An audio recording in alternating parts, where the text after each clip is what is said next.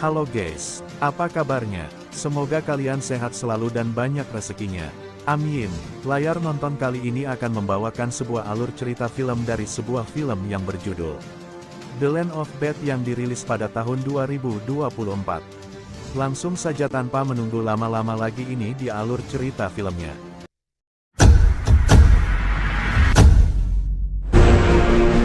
Diawali dengan diperlihatkan beberapa anggota pasukan khusus Amerika yang sedang dalam perjalanan menuju sebuah pulau yang dimiliki pedagang senjata ilegal asal Rusia. Para pasukan khusus Amerika itu ke sana karena mendapatkan misi untuk menyelamatkan seorang anggota CIA yang belum lama ditahan oleh para teroris paling berbahaya di dunia. Di antara mereka berempat ada satu anggota yang bisa dibilang terpaksa untuk ikut dalam misi kali ini. Ia bernama Kine, dia seorang anggota GTEC, yaitu seseorang yang memiliki kemampuan untuk mengarahkan bantuan udara saat berada di medan pertempuran. Dalam kata lain, kalau drone ataupun jet tempur yang akan menembak sasaran harus melalui instruksinya karena dia yang bertugas menyampaikan titik koordinatnya.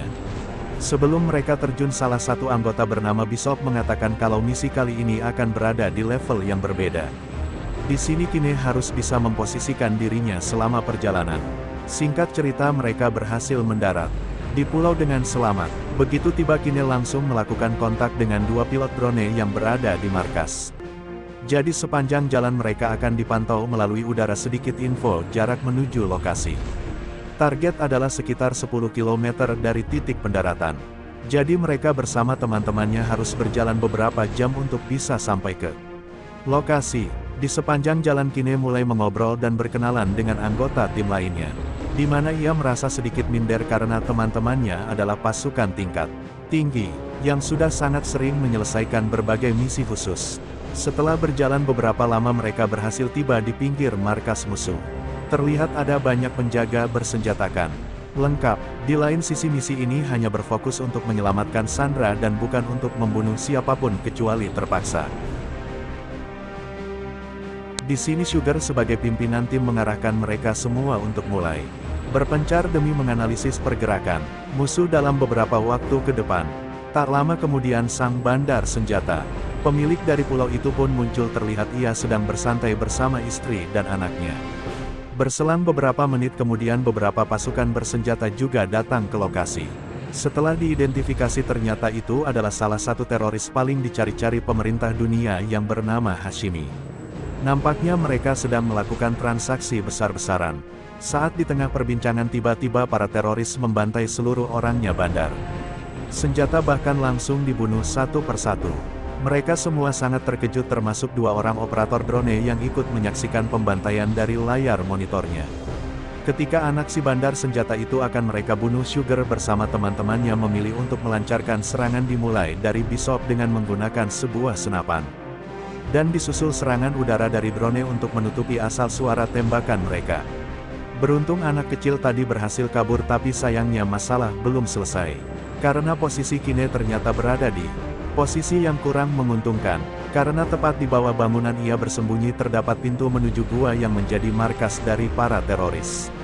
Begitu ketahuan tak ada jalan lain selain memberikan perlawanan ketika posisi mereka terbongkar, aksi saling tembak pun tak terhindarkan karena secara skill mereka semua berada di atas rata-rata. Kemudian beberapa musuh yang muncul mampu mereka habisi satu persatu. Tapi sayangnya seiring waktu jumlah musuh yang datang semakin bertambah. Salah satu dari mereka sempat terkena beberapa tembakan hingga akhirnya nyawanya tak bisa lagi diselamatkan. Di sini Sugar meminta Kine untuk segera meminta bantuan serangan udara karena saat ini posisi mereka sudah sangat terdesak. Dan akhirnya rudal pun diluncurkan, namun sesaat sebelum musuh terkena serangan mereka berhasil menembakkan sebuah RPG ke arah Bishop. Dan akhirnya Kine mampu untuk menyelamatkan teman-temannya. Karena ia juga tak berhenti ditembaki musuh yang terus saja berdatangan. Saat proses kabur ia bahkan sempat terpeleset dari tepi tebing sampai terjatuh ke bawah. Hingga akhirnya ketika ia berhasil menjauh dari posisi musuh, dirinya langsung berusaha berkomunikasi ke kedua operator drone yang berada di pusat. Salah satu operator drone tersebut bernama Kapten Russell dan asistennya bernama Chika. Di sini terlihat Kapten Russell cukup panik setelah mengetahui kondisi Kine yang baru saja habis digempur dengan berbagai serangan. Kemudian dengan sigap ia langsung mengatur rencana evakuasi. Ia juga sempat menasehati Kine yang terlihat masih tak percaya kalau dirinya kini tersisa seorang diri. Tidak lama di jalan Kine harus kembali berpapasan dengan beberapa musuhnya. Kapten Russell melalui radio memberikan informasi terkait pergerakan musuh yang hanya berjarak beberapa meter dari posisi Kine saat ini. Untung saja mereka hanyalah beberapa anggota teroris yang sedang bertugas melakukan ekspedisi barang. Namun ketika Kine di tengah persembunyian, salah satu anjing penjaga berhasil mengetahui posisi Kine.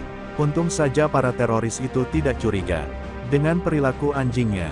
Di sepanjang jalan menuju lokasi penjemputan, Kapten Russell dan Kine mulai saling berkenalan dan kebetulan mereka berdua berasal dari satu kota yang sama. Di sana Russell bercerita bahwa ia sangat membutuhkan uang untuk biaya lahiran anaknya. Kemudian singkat cerita saat Kine tiba di lokasi penjemputan hari sudah gelap gulita. Walaupun demikian komunikasi antara Kine dan pilot heli yang akan menjemputnya sudah terhubung. Di lain sisi Kapten Russell menggunakan pandangan drone untuk memastikan area pendaratan mereka bersih dari keberadaan musuh.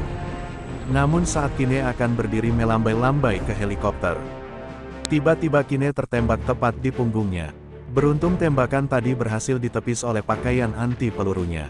Ternyata kini posisi Kine sudah terbongkar, dan di sana helikopter yang akan melakukan evakuasi menjadi target empuk bagi para musuh. Karena tak sanggup menerima berbagai serangan tembakan, pilot helikopter memilih untuk menunda proses evakuasi. Masalahnya kini Kine hanya seorang diri. Kemudian Kapten Russell mencoba memberikan bantuan serangan udara, namun rudal pada drone hanya tersisa untuk sekali serangan. Walaupun sudah menghabisi banyak musuh dalam sekali tembakan, tapi belum berhasil menyapu bersih mereka semua. Maka dari itu Kapten Russell segera meminta bantuan kepada jet tempur. Kemudian beberapa kali jet tempur melancarkan serangan udara mulai dari rudal sampai dengan senapan mesin. Semua serangan itu atas permintaan Kine dan bisa dibilang serangan tersebut sangat berbahaya karena posisinya Kine yang sangat dekat dengan titik serangan. Tapi jika tidak mengambil resiko seperti itu, mungkin dirinya kini telah mati di tangan musuh. Begitu situasi telah aman, Kine kembali diarahkan ke lokasi penjemputan yang baru. Walaupun jaraknya tak terlalu jauh, namun posisinya berada jauh di atas bukit. Setelah beristirahat sejenak dan hari mulai terang, kini Kine melanjutkan perjalanan. Sayangnya ketika di tengah jalan tiba-tiba ia tak sengaja terjatuh dari sebuah lereng. Dan senjata yang di bawahnya tadi sempat terjatuh, dan situasi semakin buruk ketika Chika memberitahu kalau dari pantauan udara terlihat 3 orang musuh sedang mendekati posisinya Kine. Satu-satunya senjata yang Kine miliki adalah sebuah pistol. Demi bisa kabur dari kejaran musuh, Kine memilih untuk loncat dari sebuah tebing. Ia bahkan mencoba bersembunyi di balik sebuah air terjun. Begitu musuh sudah pergi barulah ia naik ke permukaan. Tapi sayangnya strateginya itu terlalu mudah ditebak oleh musuh. Alhasil ia pun tertangkap dan langsung disekap di salah satu rumah milik para teroris. Namun tidak lama Kine ditahan, tiba-tiba seseorang muncul untuk menyelamatkannya. Dengan sangat cepat ia berhasil mengalahkan para penjaga. Ternyata orang itu adalah Sugar, sang pimpinan operasi ini. Ternyata ia dan Bishop berhasil selamat dari tembakan RPG. Karena tak ada waktu lagi untuk menjelaskan dan berbincang, kemudian Sugar mengatakan mereka harus bergegas untuk menyelamatkan Bishop yang saat ini ditahan dalam penjara bawah tanah. Di lain sisi, sejak Kine ditangkap oleh para teroris, Kapten Russell tidak berhenti-hentinya mencari keberadaannya. Ia sangat khawatir, bahkan sampai tak beristirahat sama sekali walaupun waktu kerjanya telah habis. Hingga akhirnya ketika Kapten Russell sudah hampir putus asa, Kine akhirnya kembali berhasil melakukan komunikasi dengan markas pusat bermodalkan sebuah botol bekas. Kine berhasil memperbaiki antena radionya. Begitu terhubung ke Kapten Russell, ia segera mengatur operasi evakuasi bagi mereka berdua. Namun Kine menjelaskan kalau mereka masih harus menyelamatkan Bishop. Tujuan ia menelepon karena Kine ingin meminta bantuan serangan udara, di mana rencananya setelah mereka berhasil menyelamatkan Bishop, Kine meminta agar menjatuhkan 2 bom dengan daya ledak ringan yang akan dijatuhkan untuk mengalihkan perhatian musuh. Dan 15 menit setelahnya Kine meminta agar menjatuhkan bom utama untuk menghancurkan 2 yang menjadi markas utama bagi para teroris.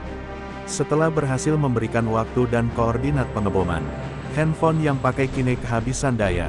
Jelas hal itu mengakibatkan komunikasi mereka terputus. Di lain sisi, Kapten Russell diperintahkan atasannya untuk beristirahat. Karena dia telah menjadi operator drone selama 10 jam non-stop yang membuat tingkat fokusnya telah menurun. Seiring waktu jelas ia harus segera digantikan.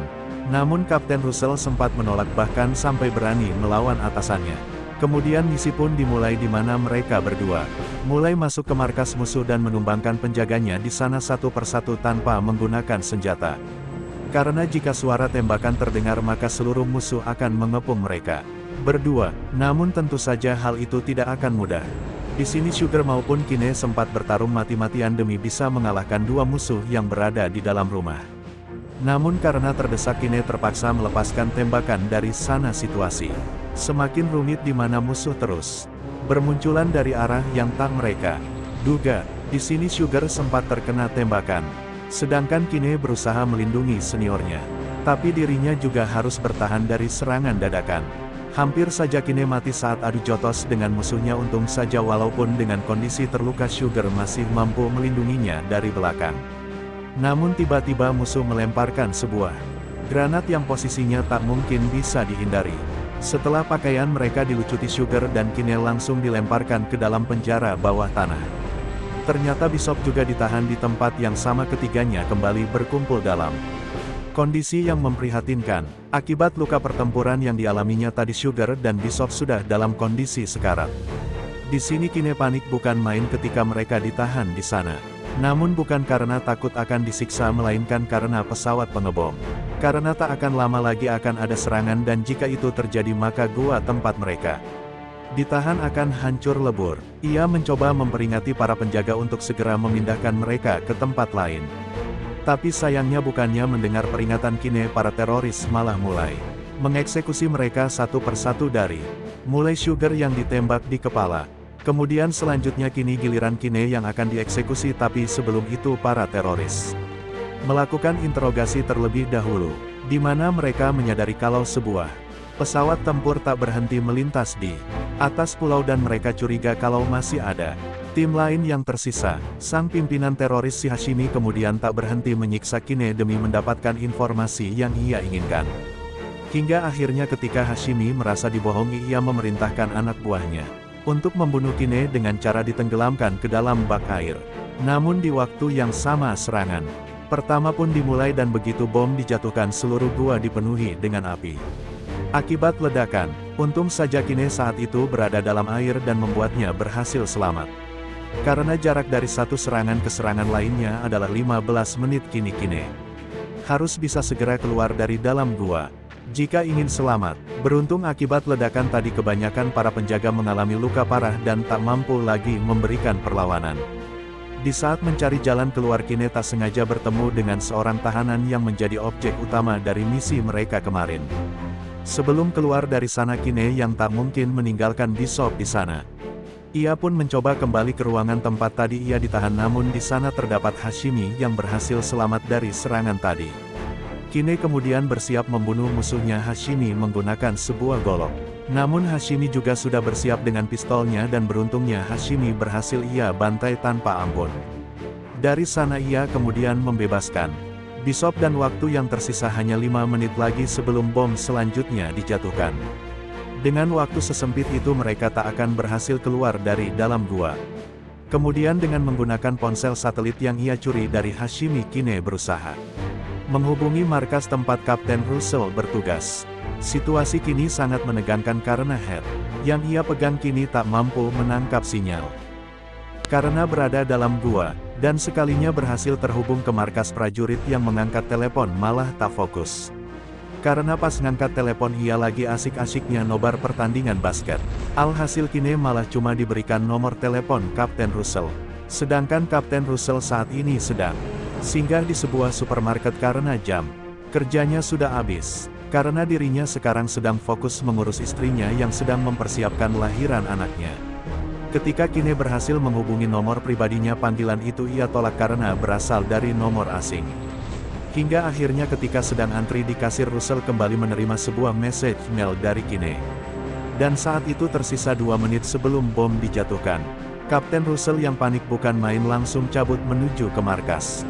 Saat di tengah jalan ia mencoba minta bantuan teman-temannya yang berada di markas pusat. Tapi teleponnya tak kunjung diangkat. Di sisi lain Kine bersama teman-temannya berhasil menemukan jalan keluar dari gua. Namun di hadapan mereka pesawat tempur sudah akan menjatuhkan bomnya. Dan tiba-tiba temannya yang mengendalikan drone tadi sempat heran dengan sikap Russell yang langsung merebut paksa radio miliknya. Kemudian tak lama sampai ia sadar kalau mereka hampir saja membunuh pasukan yang sedang berjuang di lapangan. Sadar kalau Kapten Russell saat ini sedang memantaunya dari monitor, Kine sempat melambaikan tangannya ke langit sebagai rasa terima kasih. Akibat insiden ini Kapten Russell yang terkenal sebagai orang sabar memutuskan untuk memberikan pelajaran ke orang-orang yang berjaga di markas. Termasuk kepada atasannya sendiri bagaimana tak emosi beberapa prajurit sedang mengorbankan nyawanya demi negara. Sedangkan mereka semua malah asik nonton TV. Akhirnya Kine dan temannya berhasil dievakuasi dari pulau terkutuk itu. Walaupun tak dipungkiri kedua teman mereka harus tewas dalam misi kali ini. Bishop yang tadinya meremehkan kemampuan Kine kini hanya bisa memandanginya dengan bangga. Di lain sisi kesuksesan misi ini juga tak luput dari kinerja Kapten Russell yang luar biasa. Dan sikapnya itulah yang membuat Chika selalu menganggapnya sebagai mentor yang luar biasa. Malam itu sebelum pulang ke rumah ia meminta kesediaan Kapten Russell untuk jadi sosok pendamping wanita di acara pernikahannya yang akan diadakan minggu depan. Kapten Russell pun mengiyakan permintaan tersebut. Dan film pun berakhir.